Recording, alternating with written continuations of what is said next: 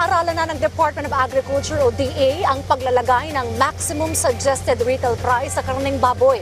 Kasunod po ito ng questionableng pagtaas ng retail. Yan ang ulat ni Vel Custodio. Pabor para sa mamimili na lagyan ng maximum suggested retail price ang baboy.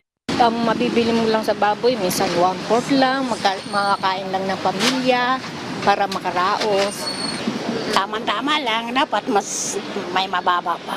Ang baboy kasi ngayon mas mataas, 400 plus ang dapat mga 3 plus na lang.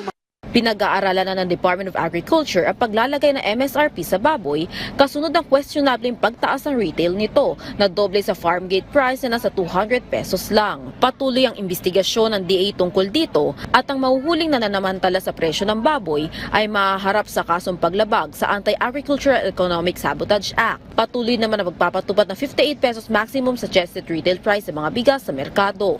Ayon sa DA, maghihigpit na sila ng pagpapatupad ng 58 pesos MSRP sa bigas sa susunod na linggo. Kung babalikan, nagbigay ng palugit ang DA at Department of Trade and Industry sa mga hindi pa sumusunod sa 58 pesos MSRP. Dahil giit ng ilang mga bigasan na kailangan munang maubos ang old stocks ng bigas, tsaka sila susunod sa implementasyon ng MSRP. Tuloy-tuloy naman ang pag-arangkada na Rice for All program ng kadiwa ng Pangulo. Kung dati ay mabibili lamang ng 40 pesos kada kilo ang Rice for All program ng kadiwa, ngayon mas pinababa pa ito ng 58 pesos. Kasunod ito ng direktiba ni Pangulong Ferdinand R. Marcos Jr. para sa food security. Vel Custodio para sa Pambansang TV sa Bagong Pilipinas.